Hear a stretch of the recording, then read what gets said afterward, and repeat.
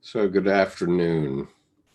This afternoon I'm going to be reading a segment of the Red Book by C.G. Jung, Reader's Edition. Hello, Dave. Welcome.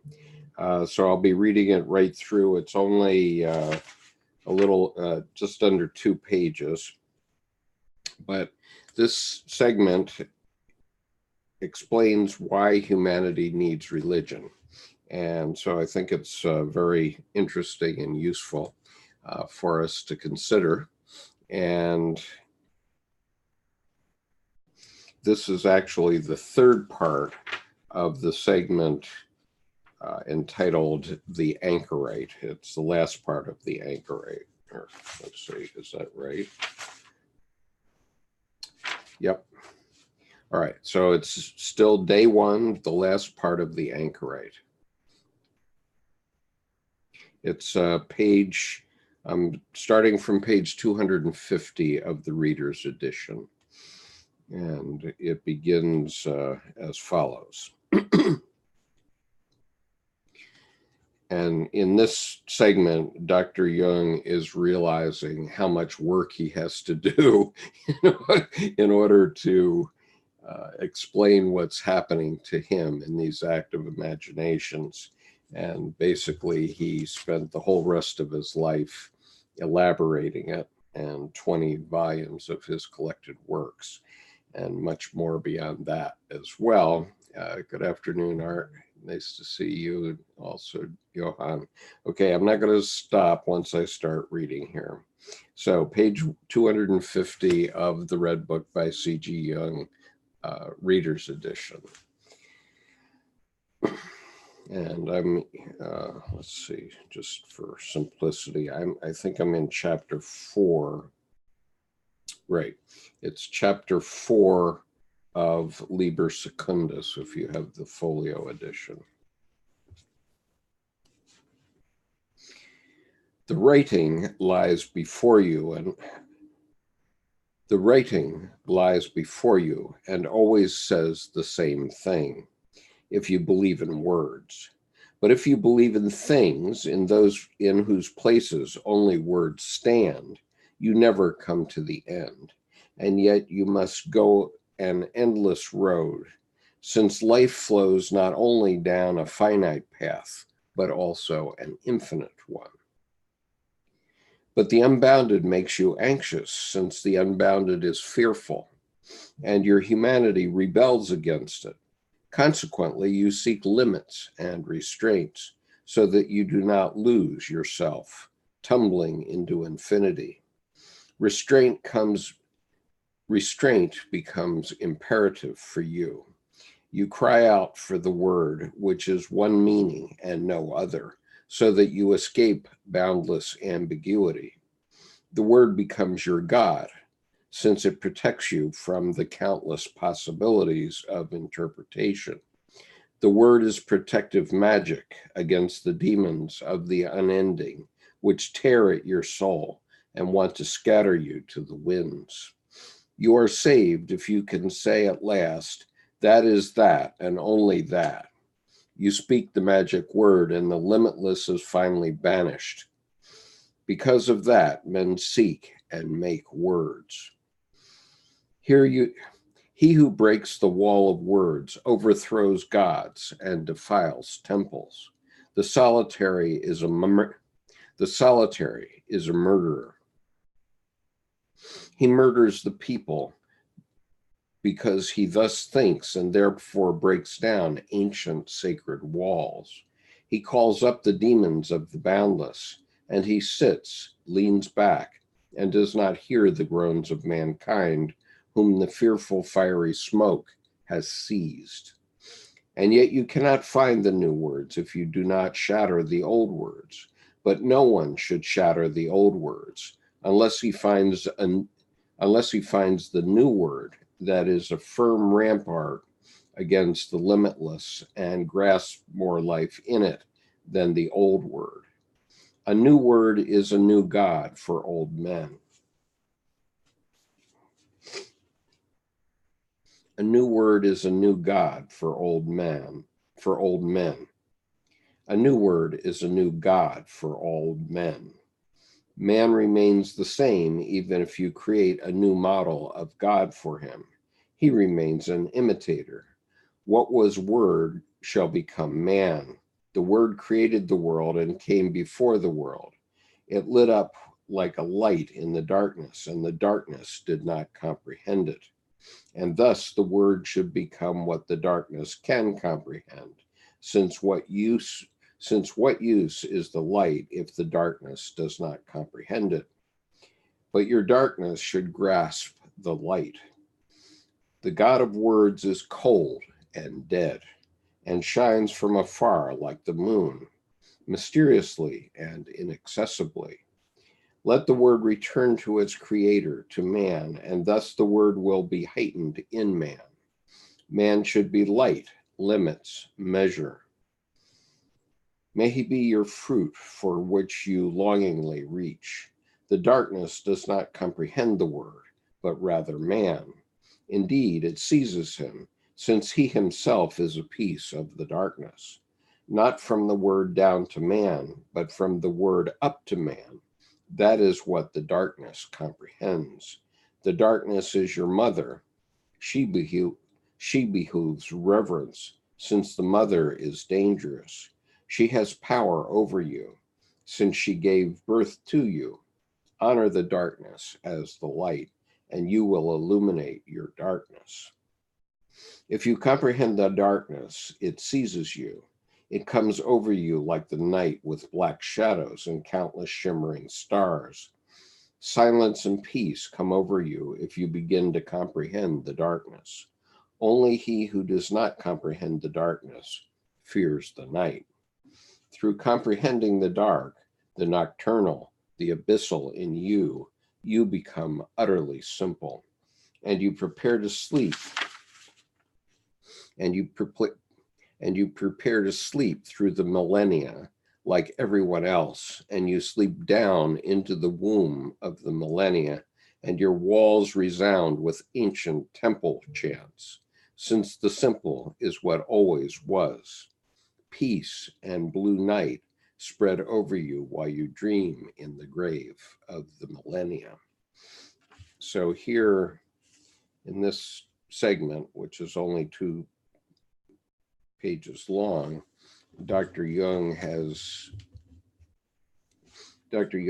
explained why the Anchorite is afraid to have the courage to go into life. And it's very interesting in the recent movie, The Two Popes,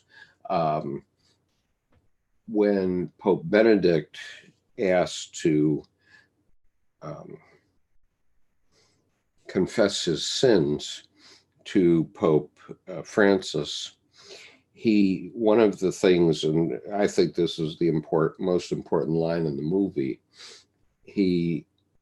in his confession, he says, "Forgive me for the sin of not having the courage to go into life." And so his point is that someone who enters the priesthood may be afraid of life, may be afraid of going in to face the exigencies of life, let's say. And so those people seek refuge in the words and in dogma and so on, so that then they don't have to be bothered by the ambiguity of life and all that implies. Now I'll take a look at your comments. This will be short, probably.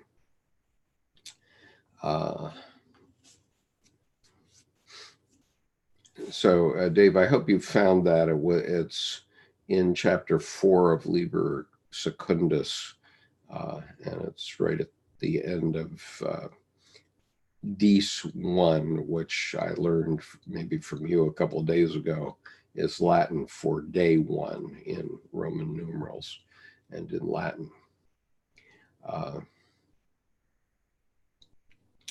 Dan C. says, this darkness is earth. Yes, probably so. Zach Bennett, the Bible and some Apocrypha are consciousness's greatest possessions. Well, there's certainly that's certainly true for um, Jews as far as they believe in the Bible, and Christians as far as they believe in the Bible. Um, and but there are other faith traditions that have other holy books, and they also are great possessions. Um, Zach says, Earth equals heart. Jesus went into the heart of the earth, heart of hearts, 1,000 days and 1 year. Dave Clark says that was hell, wasn't it, when Jesus went into the heart of the earth? Sorry. Yeah, I thought he only went into the heart of the earth for 3 days, though, and then rose from the dead. And Zach says, I think this is Sheol, and I don't know if I'm pronouncing that word right, but that may well be. I think you're referring to Judaism in that case. Dave says, Jung says if we want to grow up into heaven, then we need to have roots down to hell. And yes, that's the old Hebrew word for hell, is earth, I guess, is what you're saying. Uh, I see. Sheol equals holes. Okay, so that's the old word for hell. Um, and Zach says pits of fire and torment. Right. Nancy says, hi, Skip. Thanks for the reading. Dave Clark says, Susan Rowland, who was one of my teachers, loved echo psychology. And yes, and she's written an excellent essay in Jung's Red Book for Our Time. I think I actually read it, so you can find it on the playlist on the homepage of this channel. There's a strip of thumbnails. The second strip down is a strip from Jung's Red Book for Our Time, and Susan Rowland was one of the essays that I was permitted to read into that section. And Dave says that's all about respecting the planet. Comments on my pronunciation. Well, okay, thank you. And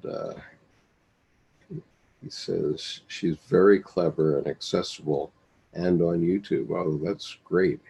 I'm going to a conference in April. You can find it at the top of my timeline on Twitter if you're interested. But I think she might be speaking there. I'm hoping so.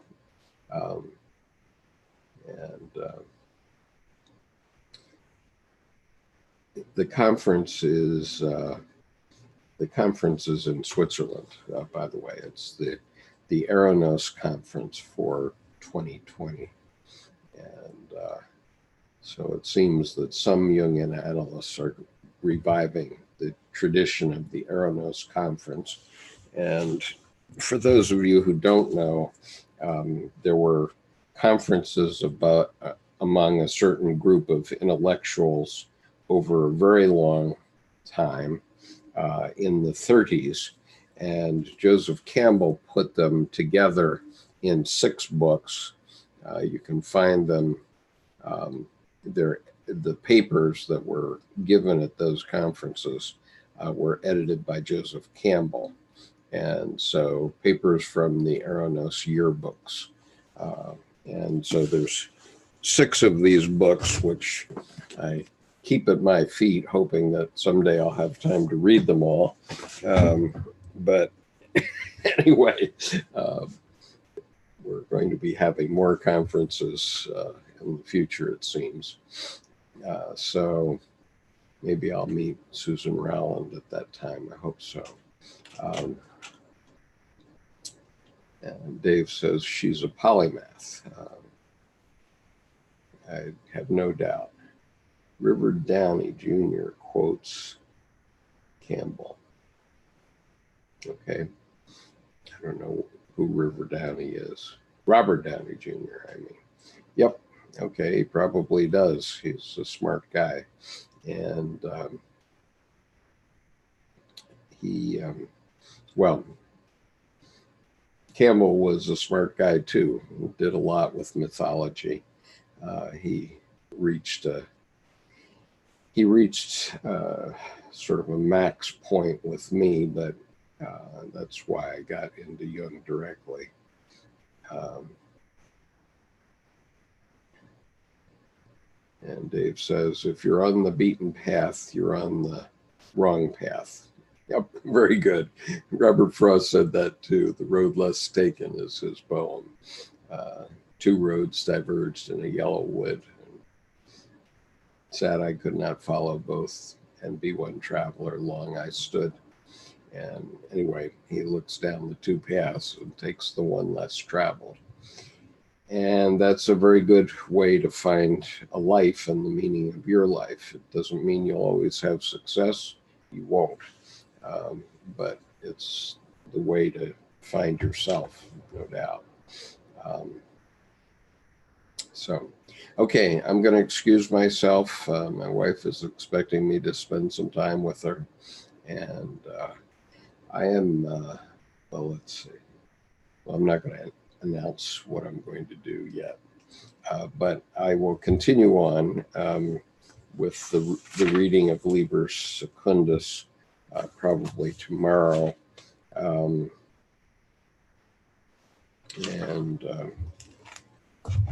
I'm trying to get through Liber Secundus because the readings of the Red Book have been very popular here. So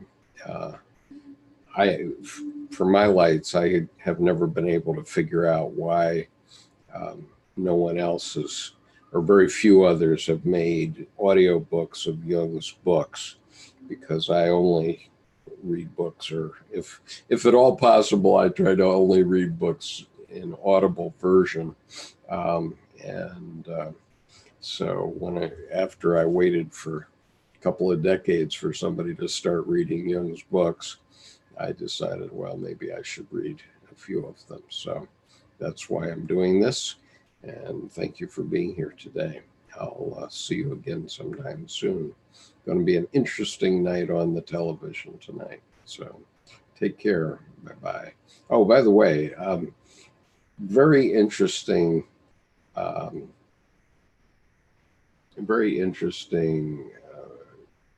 mini-series that was in the SAG Awards, or I guess it was the Golden Globes recently, which is called The Messiah. And my wife and I have watched all but the last 12 minutes of the 10th episode, which is all there are so far. And it's extremely well done and very, very interesting.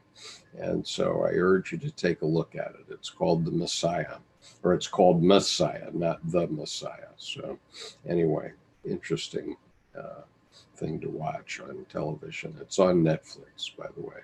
So peace. Take care.